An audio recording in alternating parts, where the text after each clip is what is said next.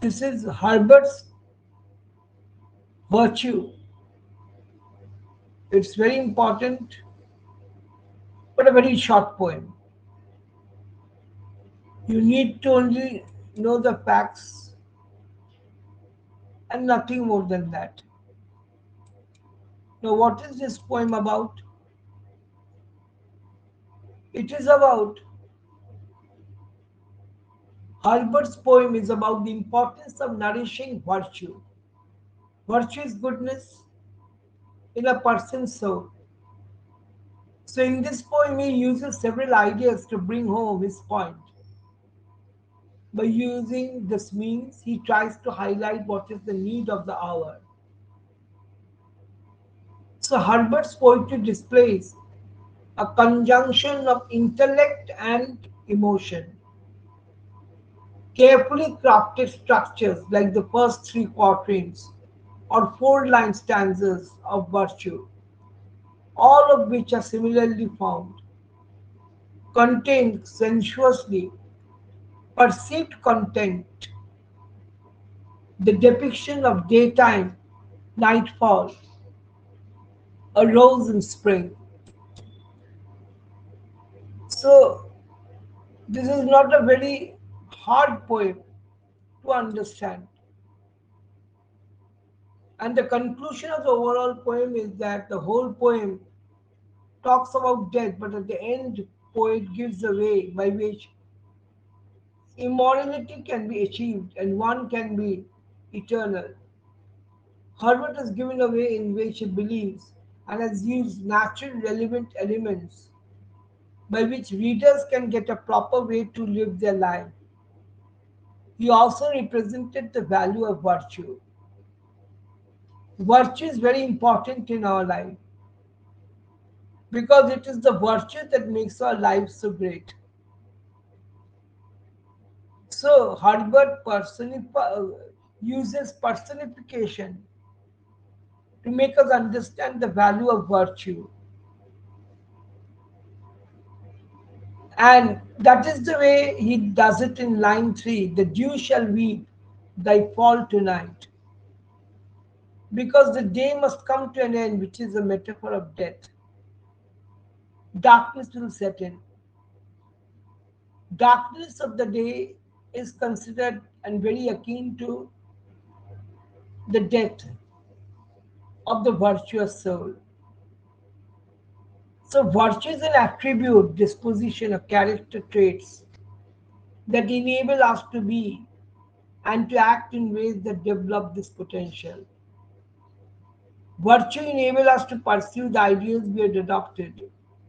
Honesty, courage, compassion, generosity, fidelity, integrity, fairness, self control, and prudence are all examples of virtue.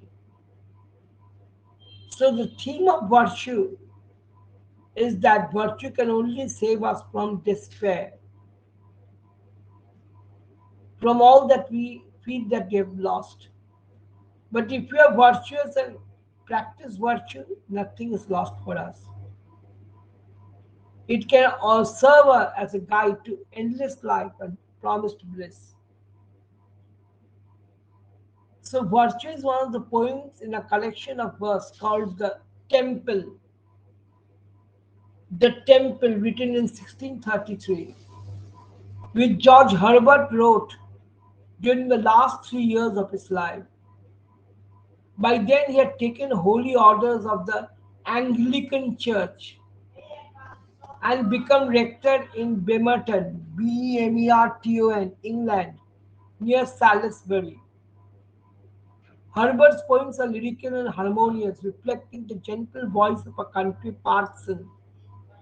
Parson is a priest, country church priest, spreading the Christian message. He appreciates the beauty of creation not only for its own sake but also because he sees it as a mirror of the goodness of the Creator. Yet, despite Herbert's sense of the world's loveliness, his poems often reflect the transience of that beauty and the folly of investing it with any real virtue. In virtue, he presents the vision of an eternal world, the other world, the everlasting world of God. That is our sense perception that tells us. So, implicit in virtue is delicately expressed struggle between rebellion and obedience. You can be virtuous if you are rebellious and you always maintain the obedience in you. So, to understand the conflict lies between the desire to experience worldly pleasures and the desire, or as Herbert would insist, the need to surrender to the will of God. The one who surrenders to the will of God, he is really virtuous. So, virtue is one of the points in that book, in the temple. So, Herbert poetry displays the conjunction of intellect and emotion. This intellect and emotion, he does it in a very wonderful way. Carefully crafted structures like the first three quatrains or four-line stanzas of virtue, all of which are similarly formed, contain sensuously perceived content, like depictions of daytime, nightfall, a rose, and spring. Such a combination of intellect and emotion in the language struggle and illuminate each other is most apparent in the poetry of one of Herbert's contemporary. We can also find in the poetry of John Donne, but in NSOU syllabus, there's only John Donne's Good Morrow. His poetry is basically metaphysical, just like John Donne, above the physical state in which we live. So, in virtue, which comprises four quatrains altogether, Herbert reflects on the loveliness of the living world, but also on the reality of death. Death is inevitable, you cannot avoid death. Whatever you do, good or bad, ultimately you'll have to face death today, at this very moment, today or tomorrow. It is just waiting for you. So Herbert leads the reader to the last slightly varied quatrains. There, the cherished thing is not a tangible manifestation of nature, but the intangible substance of a sweet and virtuous soul we do not see in us. We don't have the sweet and virtuous soul because we find fault in others, but we do not find fault in ourselves. Until unless you find that fault in yourself, you can never be virtuous. No man is born without any fault. But if you can excuse it or let it pass by, you are virtuous. Then God would have given punishment to all who does wrong in this world. But that doesn't happen in the realm of God. Everyone is forgiven. So you see, Herbert's poems are very religious. And so, by all accounts, you get the religiosity, the pious person with a sweet and generous nature. It is a very difficult thing to happen in our day-to-day life experience. You can never experience a person who is really virtuous, who is really good, who can really forgive the faults of others and take into himself his own fault and then be virtuous. And then depict what is virtue. So Herbert begins virtue with an apostrophe in the poem.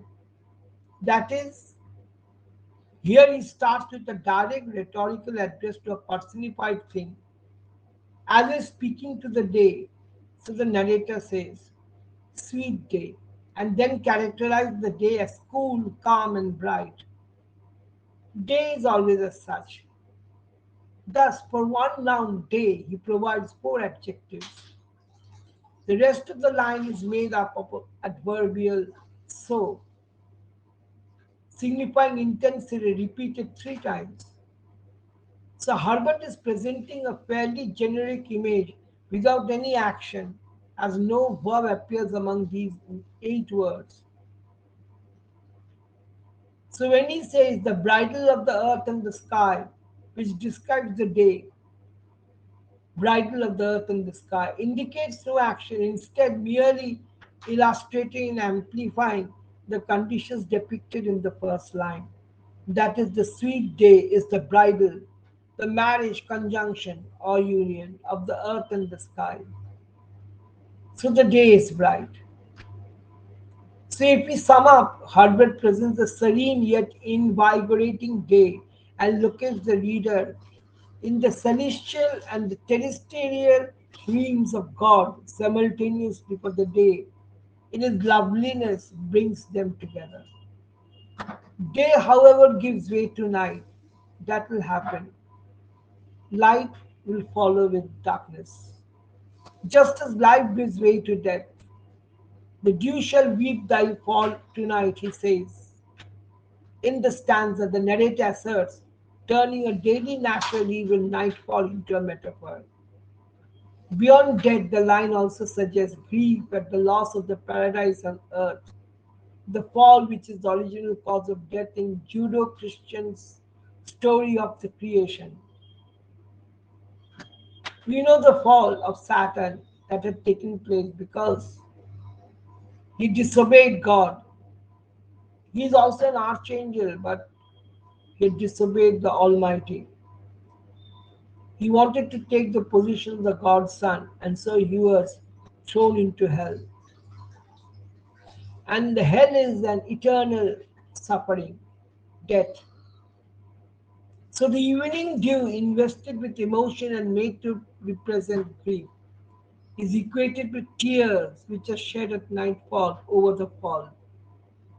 This fall is a farewell fall, and this fall is the sin. When you say that there is nothing as sin like the one that we practice, and we take everything that we are doing it in the right way, but we are the most sinful creatures on the earth born. Then he continues with his lines 5 and 8. So in the beginning, the second quatrain with the word sweet, Herbert continues to connect the beauty of nature with impermanence, as any sweet thing must, over time, lose its sweetness. So that all things bright and beautiful, all creatures great and small, all things wise and wonderful, the dear God made them all. It is not we who have made it.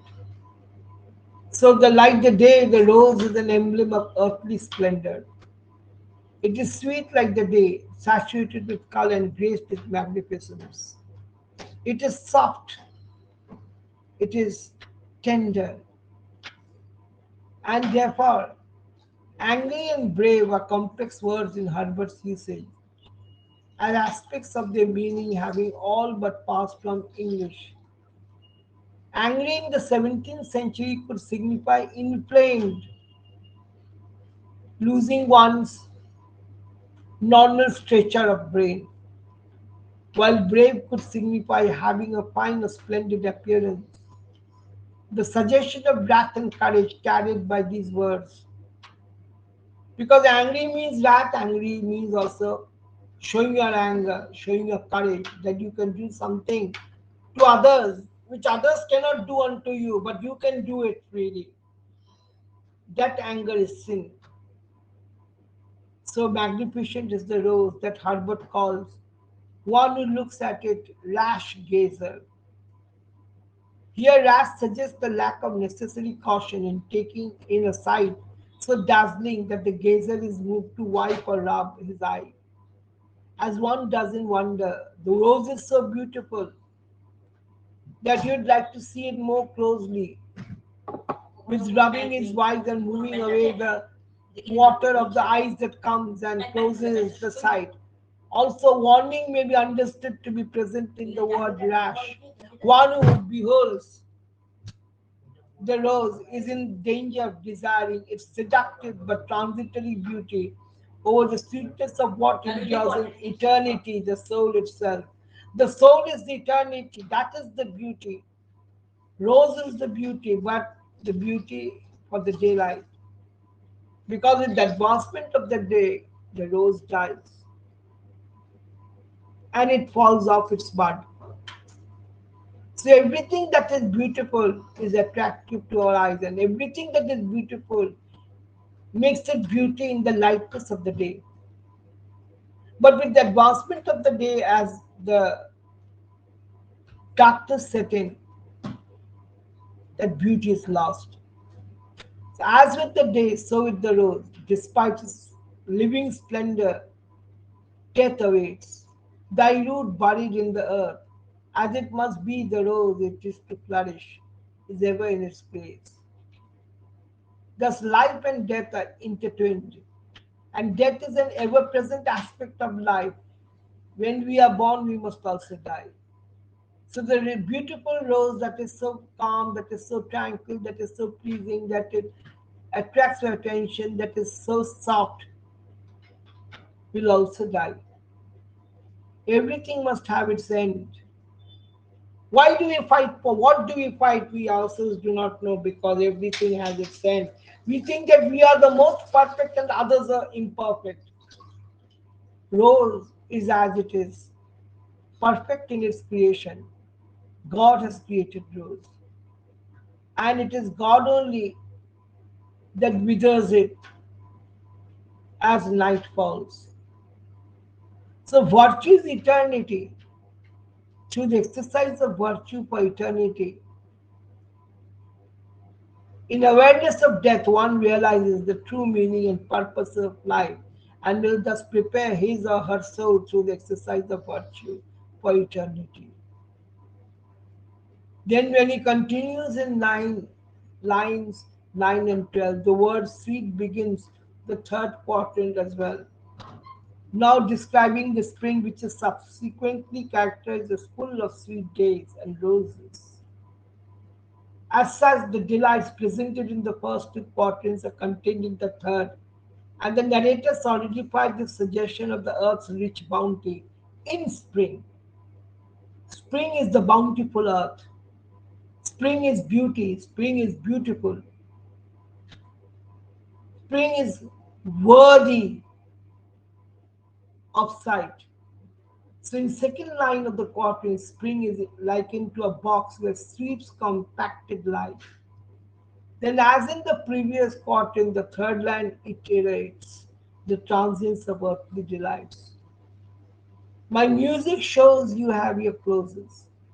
Through this line, the narrator offers the poem itself as proof of its argument regarding the impermanence of things. Nothing is beautiful and for long will remain beautiful. Everything will have its close, its end. Darkness will set in and the beauty will wither, and something new out of the beautiful will arise. Thus, the poetic verse, like everything else the narrator has super depicted, must come to an end, as it temporarily does with the four stressed conclusive beats of the 12th line, and all must die. Can I say that I'll remain living forever? God is greater for me. For others, no God. For me only there is God. That's a wrong way of thinking. That I am the virtuous person and all others are wrong. The wrong in you has also to be stressed and rectified. So, breaking the pattern established in the previous three quatrains, the final quatrains from lines 13 to 16, begins not with the word sweet but with limiting expression. Only ah, it says. So the reader has been told that the sweet day, the sweet rose, and the sweet spring all must die. Spring will give way to autumn, autumn will give way to cold weather, and cold weather will again replace. to give way to spring, spring again to autumn. In this way, the season continues. Sweet is no longer used to denote an aesthetic quality, nor is the word sufficient to stand alone. You can say he is sweet or he is handsome, she is sweet or she is handsome, but it is not permanent in him or her. It is transient. In this moment it is sweet, the next moment it will wither. In fact, being yoked with virtuous, it is invested with moral and spiritual dimension. So the soul that is sweet and virtuous, unlike the spring, the rose, and the day, never gives, that is, it never gives way to death, instead, ever enduring. Such a sweet soul, disciplined by virtue like wood that has been seasoned, is fully strengthened. We are ordinary beings, we do not understand the philosophy of sweetness of life. We only find fault in others and think that we are the most virtuous and all others are the sinners.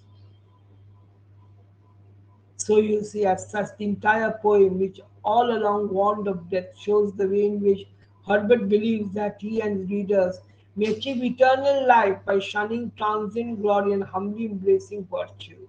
That is goodness. And that goodness lies in the home of God.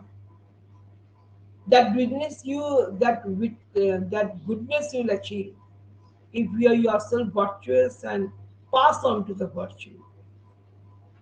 So repeatedly we find the transience of earthly beauty that we see before us. This is all transient, this is not permanent. Nothing remains beautiful forever. Everything will change. Nature will change. Nature all around us. Beautiful mountains, beautiful landscapes, beautiful garden, beautiful streams, beautiful river will all change as it is happening now. You see what has happened to Sikkim today. That beautiful place, Sikkim, is now washed with water. Totally, totally. Nothing remains of Sikkim today. So it just happened in a night. Yesterday night, still continuing, and it will continue to happen. So nothing is beautiful on this earth. It is all transience of earthly beauty. The word does not refer to poet himself or to the reader. Consequently, Herbert's poem does not assume the character of a thread. It serves rather as an instrument devised to wean both poet and reader of dependence on the visible world for joy and spiritual nourishment in order to redirect both poet and reader to the inner cultivation of virtue. What you see around you is virtue, that which is clear, which is tidy, which is gay, but behind it, if you ought to practice virtue and remain virtuous, you have to be virtuous in your heart. So, the interconnection of life and death, besides expressing the impermanence of natural phenomena in virtue, Herbert also reveals the interconnection of the realms of life and death. We are born and we will die. Between this birth and death, anything that which is virtuous that we do is carried to the realm of God. God will bless us if anything good we have done. That is also the Christian belief. In Christian story, Jesus temporarily journeyed into earthly death, assures humankind of the existence of a way into eternal life. So, when he was crucified, he said, God forgive these who does not understand what they are doing unto me. So the last stanza reverses the despair built up in the first three by expressing the notion that salvation is achieved through the cultivation of sweet and virtuous soul, like Jesus, like the Messiah Jesus, like all those great souls, the saints, the rishis, the munis, who have lived in the ages, their souls have been virtuous. So it is not only the Christian valuing Jesus, but all the values of the good soul that will remain, the soul that is shaped by the appreciation of the sweetness of natural beauty, as long as that beauty is seen to be transient, can itself become sweet by refocusing the appreciation on the beauty of virtue, sacrifice, and eternal life. Nature is so beautiful. Why? Because it is an earthly rapture that we see around us. We are delighted by the views of nature.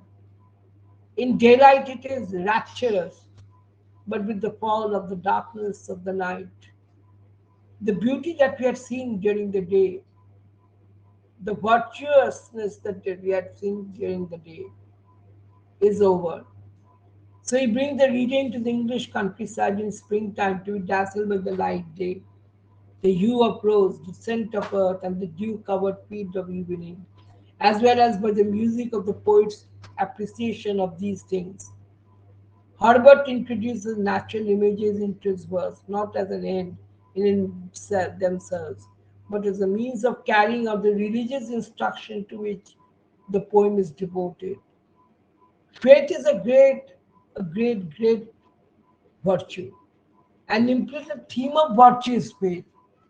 Although what is visible to mankind in the human is the transience of earthly delight and the decay of nature, the poem ultimately conveys which cannot be seen and must instead be felt. How many of us understand what is virtuous? Hardly any one of us. Because we think that whatever we do is all good things that we do. No, no, no. We are wrong in every step that we take. So here we find Herbert's virtue is or is not significant in the 21st century. Today, this virtually all religions present some idea of what happens to people after they die. So, in an essay, consider the following questions. If you are religious, what are the teachings of your religion about what happens after death? If you are not religious, what ideas have been taught to you about what happens after death? What are your own beliefs about what happens after death? Are they in accord with you or with what you have been taught, or have you developed other ideas? Is death a serious concern to you, or is it something you do not think about?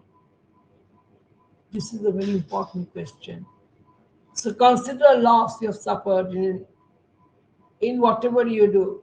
In an essay, discuss the nature of the loss, how it affected you, and how you coped with. And all that is virtuous is always there waiting for you to take you into confidence that nothing that is bad is going to happen to you because you have also been virtuous. So George Herbert's poem Virtue is a poem related to the spirit. It talks about how to nurture the soul in order to gain immortality. To begin with, Herbert first refers to the sweet day. Readers can see that poet begins with each stanza with words sweet. So he is also accepting that the beautiful thing of nature are sweet in to look at with worldly eyes. He paints a beautiful picture of morning or day that is cool, calm, and bright. So it can be a reference to spring morning. In the following line, Herbert uses a metaphysical conceit in the bridal of earth and day. In this way, the day is compared to a priest. The marriage between the earth and the sky takes place in its presence. So, in the third line of the first stanza, the poet uses a symbol of transience, a dew. He personifies it and invests it with the idea of weeping. According to him, the dew will weep the days, fall at night. The last line emphasizes that the day must die. It is a cycle that none can change. So, in the second stanza, Herbert talks about the sweet rose that is the symbol of both beauty and change. To depict its bright color, he uses a symbol. The phrase angry hue depicts its color symbolically. However, the red color of the rose symbolizes bravery.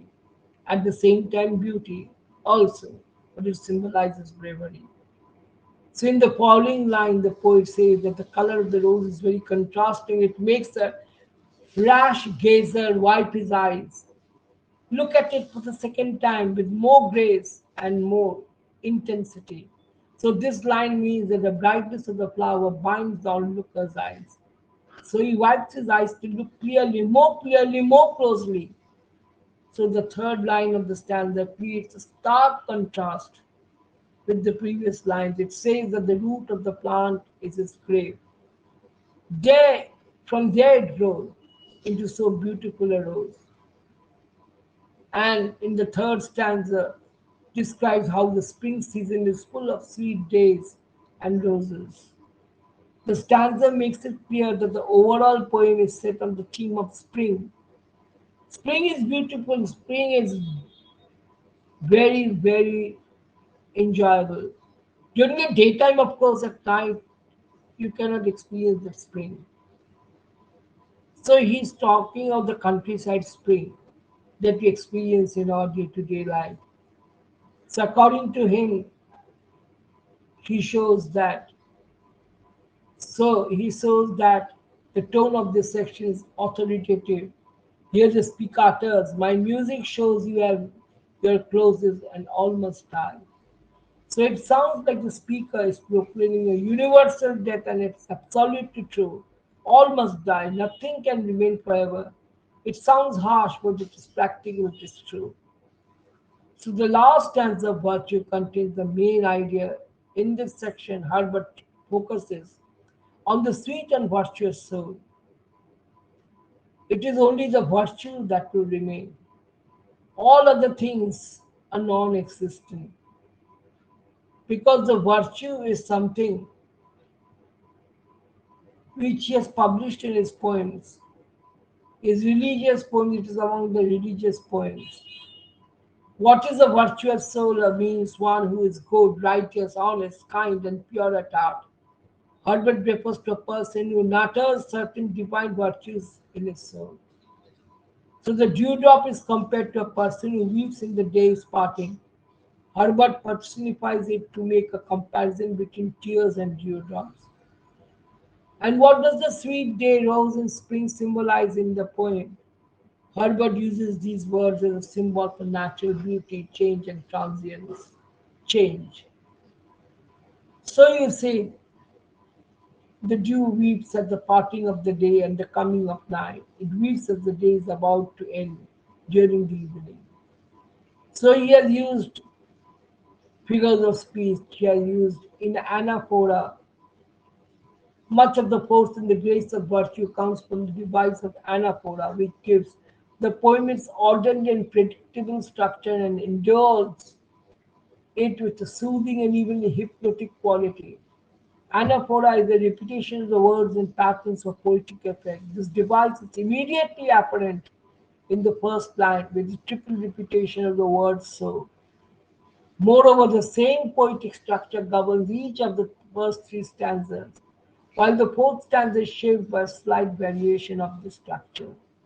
So each of the three stanzas begins with the word sweet and ends with the word die. So the second line of each stanza presents an image reflecting nature's splendor that we see around us, while the third line of each stanza offers a diminution or lessening of that splendor.